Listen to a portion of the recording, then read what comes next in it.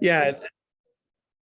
All right, it's been about, No, I haven't heard about any AC units, so. Yeah. Hopefully they are. yeah, it's just condensation in the thing. It wouldn't require the whole unit. So we are halfway through this one, This argument or this argument. Oh, yeah, we've only got, I was thinking, driving home the other night, yeah. Last week was not fun. that's where I get, you now have a handout.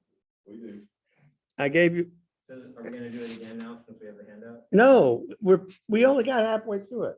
Okay. We got to this slide. We're moving on to premise 2. I gotta say, this would be right up Daniel's alley. Well, Brooke liked it. Oh, yes.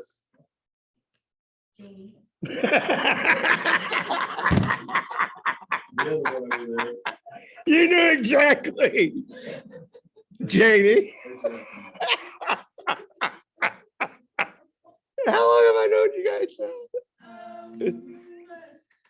24 years. Hey, man. Other than that, how's the play, Mrs. Lincoln? Tracked up to 10 years, we were at Family Church, in 14 years. Unbelievable. Oh, well. But what you missed is Renee got in an Uber like 2 weeks ago. Oh, gosh. And the Her guy story was. proposed to be an atheist. So she started with this and then Then it turned out it was a bait and switch. and he told her she was wrong. Don't you ever do that. It was a great story. And Daniel saw it, not you, the other Pastor Daniel. He walked in Blew his mind. and he's just going, wow, that's pretty deep. What? I forgot to tell you guys, well, because I just realized it yesterday, like the best or the worst part of that Uber drive was my driver gave me a bad rating on Uber. No way. He did. After all that? After all of that, he gave me a bad rating. And I had to give him a tip and everything. He was launching into me. Oh my goodness. So So like now my Uber rating's only like 4.8 instead of because 5. of Don's arguments, yes. Yeah, it's your fault, John. That is beyond. But- That is so cool. Yeah, yeah. Put under cover. Don't tell me persecution isn't real. But yeah, we need a good Christmas version of all this. Well, you do have one now. Well, That helps out. The Kalam argument is pretty simple. If something has a beginning, it has a creator. The universe has a beginning, therefore it has a creator. That's the whole argument. And that makes sense. Which is how Nancy got introduced to Mary Ann yesterday. Brandon, where were you guys? Hobby Lobby. Of course. How many, have you ever been to Hobby Lobby? Who am I married to? Yes, okay. Well, yeah, I do it because of staff. And it's almost a gender Oh, it's- transfixion just walking into the place. All the estrogen just sucks. I just every- gravitate to the men artwork or the. My dad's only allowed to go to Hobby Lobby if he puts both of his hands in his pockets. Because he likes touching everything. Because my mom doesn't want him to break anything, so he has to walk with his hands. So we don't like the place anyway. And then we got restrictions. Yeah. They do have models though. So Steph and I would go look at the models. Model section and And we go now to get the board to post the puzzle. You saw we finished that 3,000 piece. Not a single missing piece. I was unbelievable. I found a bunch of those at Southern Ag. Like. Really? Yeah, they, right as you walk into the left and one down on 71st. And yeah, and wherever it is in our neighborhood. Huh. So, Do you need any 1,000-piece puzzles? We have- no. We get puzzles. So now I am, let's do this argument, please. We shall begin. We've been recording all this. This will be fun. All right, so we're in premise to second argument. Remember, premise one, if something has a beginning, it was created because it can't begin itself. The universe began to exist, ergo, there's a creator. And we are doing two philosophical arguments, two scientific arguments for this premise. And the first philosophical one was you can't have an infinite number of things. We can talk about infinity, but an actual infinity doesn't work. You can't actually do it. And well, there's infinite number of particles in the universe. Actually, no, it's a finite number. It's just we don't have any idea what it is. And the second one is what we're on now. And why that matters is because you can't get through an infinite chain of events. So if the past, and it doesn't, in the future, that's different. But in the past, if your past is infinity ago, you can't get to the present because you can't pass through everything. Remember the Xenos arrow paradox. If you shoot an arrow, Xenos, Greek philosopher, well, if it's going to go from here to there, then it's got to go halfway. But if it's going to go halfway, it's got to go.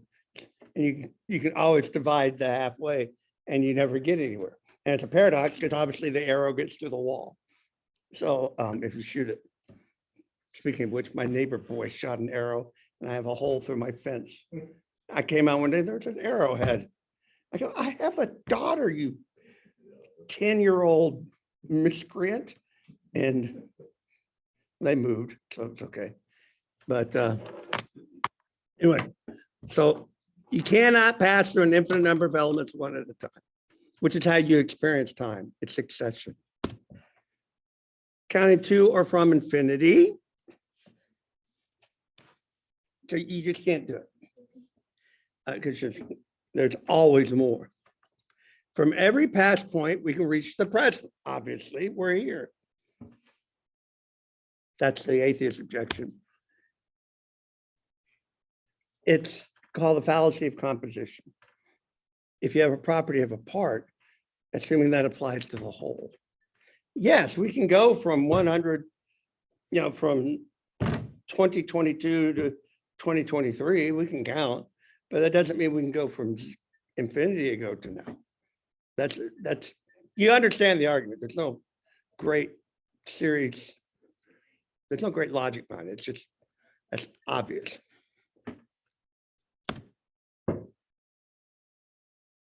Two more absurdities. Remember our orbits of The first argument, how can you prove that you don't have an infinite number of things if you can't count them? because just by reason you can't count them because it takes forever and beyond. You just can't do it. So you don't know. How do you prove that you don't have an infinite number of things because you can't count them? That's true, but That's proving a negative, right? but some you can do by reason. Why would there be, if it's an infinite number of particles, then why can we move? This should be full of stuff and we can't move, but we obviously can. Of course, air is of a different particle than matter, but that's the idea behind it. It's just what? Yeah, but space is an entity. That's the thing. Remember, space is not nothing, which we were talking about creating, because you got energy out in space. So, well, you can wrestle with that. Well, there's an infinite amount of space for all the infinite particles to be in, right? Right. The question is space infinite? How would you determine that? But, all right. Even so, how would you count them? That's the point. And that's the point of the sequence. Remember, Saturn and Jupiter have basically it takes Saturn twice as long as Jupiter to go around the sun. Remember that? And so if the universe is infinitely old, you have the irony that Saturn and Jupiter both have orbited the sun an infinite number of times, but Saturn's done it twice as much as Jupiter. And how can you have twice infinity? And if it's finite, you should have already, the idea is the universe is supposed to wind down and disappear, right? That's what everybody tells us. We're slowly, it should have already happened if it's infinite time ago. Because, well, but it hasn't, but it's an infinite time ago. How much time do you need? Infinite's enough time to do anything. And if it's infinity ago, all that is, the point of this is to demonstrate that the beginning of the universe is finite, that there was a beginning to the universe. That's actually that's not disputed per se. So what they're doing are these counter arguments of multiverse and the bubble universes and all this stuff, trying to avoid that conclusion. But if it's an infinite time ago, then it should have already dissipated. Well, because it's eventually going to wind down. Well, you had infinite amount of time. By definition, that should be enough time to do it. And it hasn't happened yet. So that points that there's a finite beginning. The universe, do you understand, Kevin? Because you're giving me that look. Renee's already taking notes and saying, she's just, okay. So for our next Uber driver. Yeah.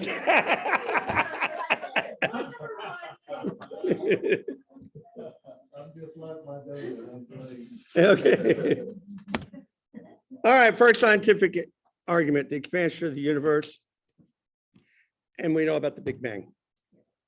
The irony is Stephen Hawking is the one that was pushing, he finally gave up on the multiverse. He said, no, that didn't work. The evidence is there is a finite beginning. And that's all you need, because you got to have a beginning. And the Big Bang, remember, it's just running the clock backwards. When they looked at the universe, well, I'm assuming I've got some of this. Yes.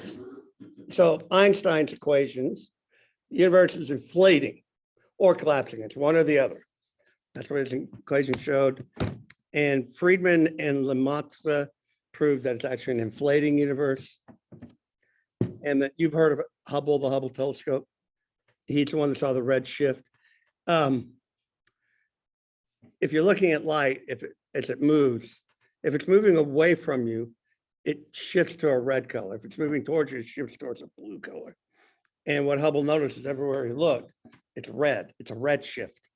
And it's like we're on a particle in the middle of an explosion. He's the one that came up with the Big Bang sort of terminology.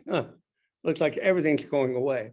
That turns out it's a analogy, but it's not entirely accurate. Because when a grenade explodes, you have particles here, here, here, and here. And we're actually looking at a universe that's expanding.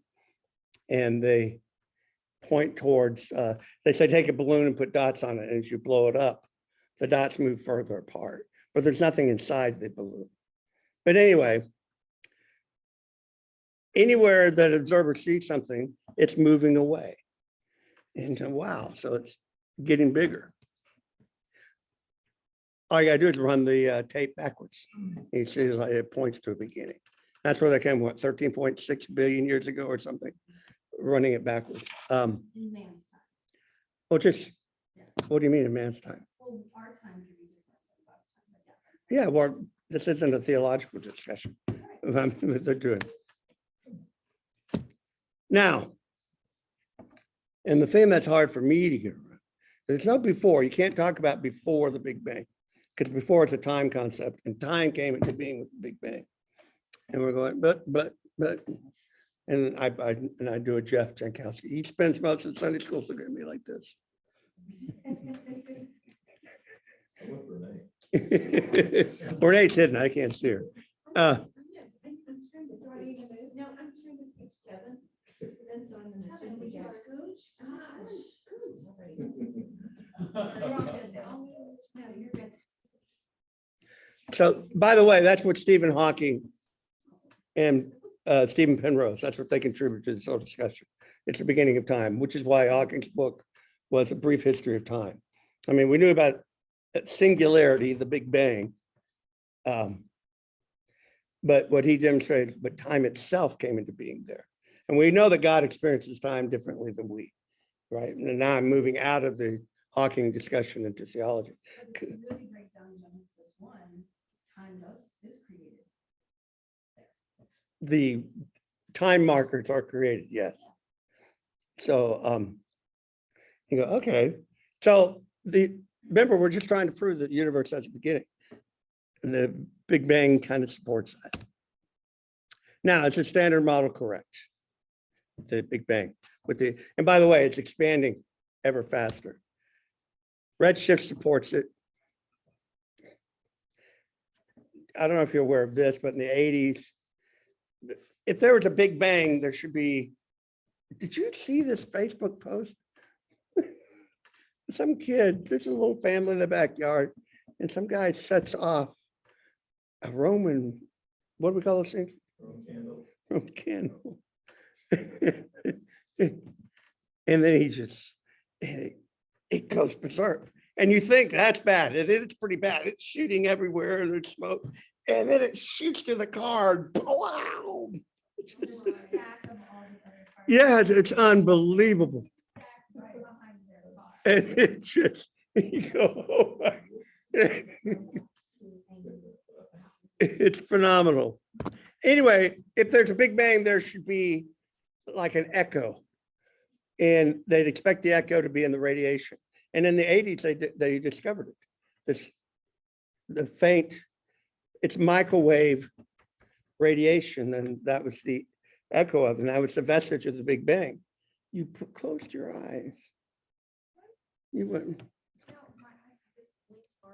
She was praying Jesus deliver me. But this is pretty simple to follow. Okay, wait. It's simple for sciencey people. But I'm not a sciencey person. Don't act like the rest of us who aren't sciencey, because I'm getting ready to look over here at Kevin and say, I need you to explain echo microwave radiation to me, because I'm. Well, if you set up a firecracker, you hear a bang. There's evidence of it after the fact, right? Just in the sound. I don't hear pow, pow, pow, like I hear. pow. No, but you hear pow. So- Renee, think of it like a sonic boom, okay? The plane goes by and then you hear the echo of it breaking the sound barrier. It's a delayed reaction to your ears. Lightning and thunder. You see the lightning and then there's a delay and then you hear the thunder. So anyway, the bottom line is this is radiation that is a residual that shouldn't be there. There's nothing causing it. It's not like there's a continual source of radiation. It's the residual of that one event. And that's what produced this. And it's slowly fading, but it's there. Does that make sense? I can do your taxes later and it's great. What we haven't taken into account is quantum theory and how this affects stuff. And that's where they're doing all the speculation. Because, it's the quantum thing where the particles pop in. We talked about that and so forth. Now, it turns out the expansion of the universe is probably accelerating. Everything points to the universe having a beginning. It's the bottom line. Now, the only viable non-standard models are those that involve an absolute beginning to the universe. That's the irony. So let's go to pick them. Multiverse. The balloon thing. And what does that mean? Imagine the universe is a balloon and another balloon blows up onto one side of it and eventually pinches itself off. And that's our universe. But there are others out there. You have no way of proving this. That's the whole point. Because there's no connection between the two. It's just pure theory. But what it's three guys, I forget their names, demonstrated is that any pattern of the universe requires a beginning. If your universe is expanding, there's a beginning, period. And every universe model comes up with an expanding universe. So 20th century is series of failed events to avoid this absolute beginning. Does that take into account expanding and then contracting? Well, that's, yes. If it's an expanding, even if it's an expanding contraction, it points to a beginning. Yeah. Here are the three guys. I should have known. So Board, Guth, and Vreelincken were able to prove in 2003 that any universe that's expanding has a beginning. And it doesn't matter what kind of universe you're describing, multiverse or any of these things, it has a beginning. And I have a great movie, it's 20 years old now, where the guy is interviewing some of these people, including the guy that came up with the background microwave background radiation. And one of them, he's just going, yeah, it's like we physicists were climbing a mountain, and when we get to the top, we were met by a group of theologians already sitting there. It was an interesting little analogy that he chose. Thermodynamics of the universe, second scientific argument. You know what entropy is. You've heard the word. Entropy just means disorder. As you get more disordered, entropy rises. And what we just, so if you have a thing of marbles and they're scattered randomly, that's entropy. But if you gather them all to one corner and this is empty over here, that's a decrease in entropy because you're producing order. Does that make sense? It's just talking about order. Okay. And physics, the natural inclination is to move to disorder. It's Murphy's law. Whatever will go wrong, and at the worst possible time. Unless you have energy being fed into the system. And just as an aside, even though we aren't talking about it, this runs counter to evolution, where we have increasing order. The world is winding down. If it were eternal, it would have wound down by now. That's obvious, right? It's going to take, 38 billion years to wind down. Well, if the universe is an infinite time ago, we passed the 38 billions or whatever it is.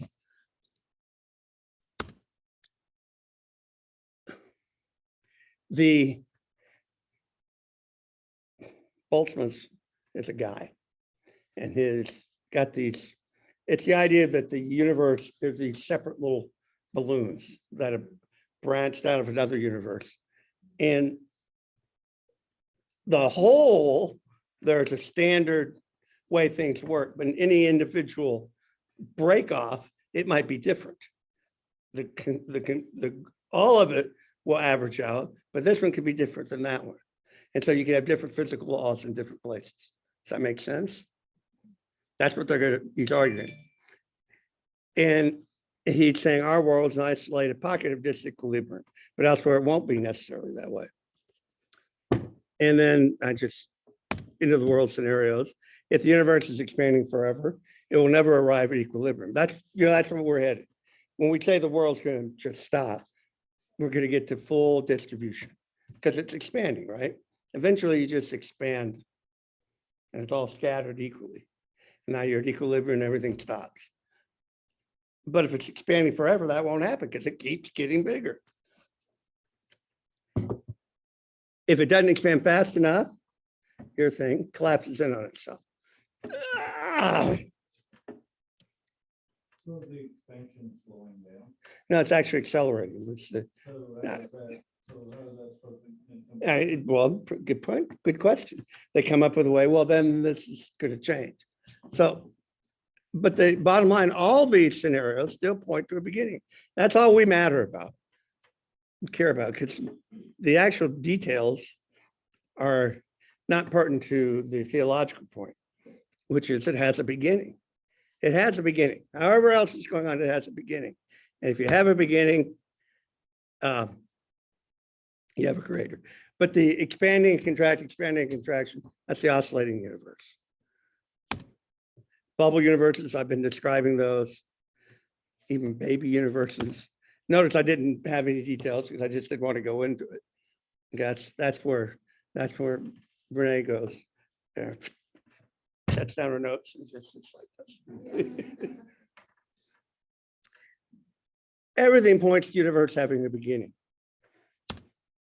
Consequently, the universe has a cause. So that raises this question: is the universe self-caused?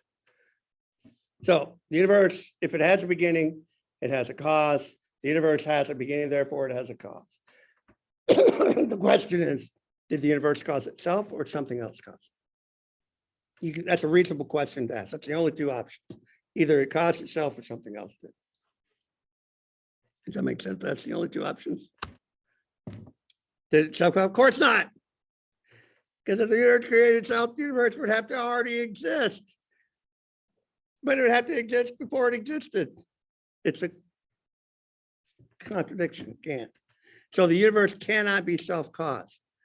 So therefore, it has an external cause. What do we learn about the cause of our universe? The fact that the universe is says, if we have a cause, somebody decided that it needed to be. And a decision is an act of a person. So the creator is personal. Does this make sense? And it's the first cause that's uncaused. Because they all, well, what's the cause of God? Well, no, by definition, it's not. Because whatever the first cause is, that's going to be your God. Oh, fine. See if I do it again. She was looking at her phone. Something happened. The cause has to transcend space and time. Because remember, space and time came into being at the Big Bang, right? So whatever our cause is, it moves beyond space and time.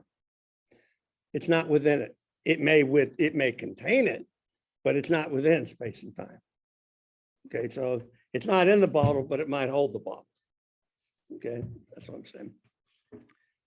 It must be immaterial because matter came into being at the Big Bang, and non-physical. And it must be obviously unimaginably powerful. It must be a personal being. Since the cause has always been present, God's eternal, then why hasn't the universe always been present? Because the cause made a decision. The fact that there's a beginning to the universe, our cause, who is eternal, there's a period when he didn't, or she, whatever, the cause didn't make the universe. So therefore, that's where you get the idea a decision was made. And a decision is the act of a person. Do you understand that? I'm not, are you capable of understanding it? Am I stating it in words that you can understand? When you get your head wrapped around that, in my mind, that's when worship really occurs. I mean, you can worship, we all worship God, but when, to me, I got my head wrapped around that, I was like, whoa. Okay, that ends. There's one other aspect of this that another guy I read a lot goes into. And we're to get into it we have one more of these to go through, the teleological argument, which is that the world gives all the appearance that it was created so that we could be here. Okay, teleological comes from the Greek word for goal.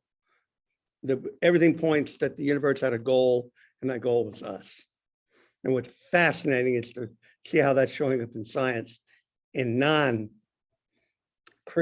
contexts. There's a book called Rare Earth. It's 20 years old now, but it's an excellent read. If you remember the old Carl Sagan thing about the universe, which I never saw, but I've heard the clip a number of times. You know, the billions and billions of stars and stuff. And the rare earth argument is, yes, there are billions of stars, but there are extremely few that can support life. And in fact, they're arguing there's only one, that's us, that can support life. So it's an interesting read. But in the teleological argument, we're going to look at evidence that the universe was made in such a way to support life, which means we're not an accident, we're the point. Does that make sense? And that, by the way, is Genesis 1. We did Genesis 1 in this class. And remember how we laid out the 6 days and it all goes through, but the very last thing, it's humans, because that's the point. And he's making another member of the divine council. We're going to be part of God's advisory board and celebrate with the others his being. So not only is he personal, he's kind. And we already discussed the problem of evil. We did a whole lesson on that. And that's the counter to that. It's a good one, but it's not ultimate. And I think we handled it, but doesn't work well in a counseling session, though. Just remember that. Your child's dead. Well, God has a reason. No, you don't go there. So God is personal and he's good. That's the interesting thing. That's what this other guy I read, that's the point of his argument. It's the good part. So we'll talk about that next time. So 10:10. So, sorry. Stop recording.